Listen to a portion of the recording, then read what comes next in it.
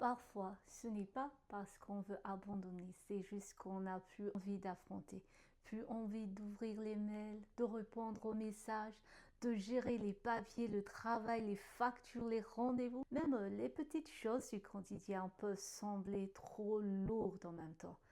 Le métro en retard, la pression au boulot, les démarches administratives, les décisions à prendre, les attentes des autres. À un moment, l'esprit cherche une sortie.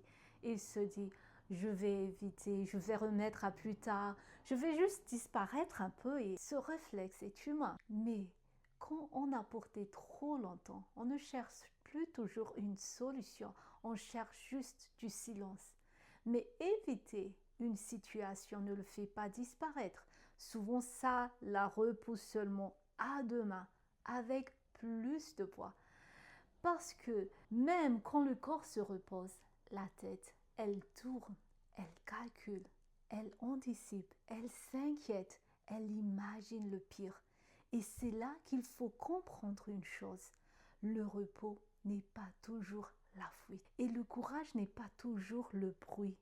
Parfois, le courage, c'est simplement revenir devant ce qu'on évitait avec un cœur plus lucide. Voyez-vous, Jésus aussi a connu des moments lourds, des vraies pressions, des vrais combats intérieurs.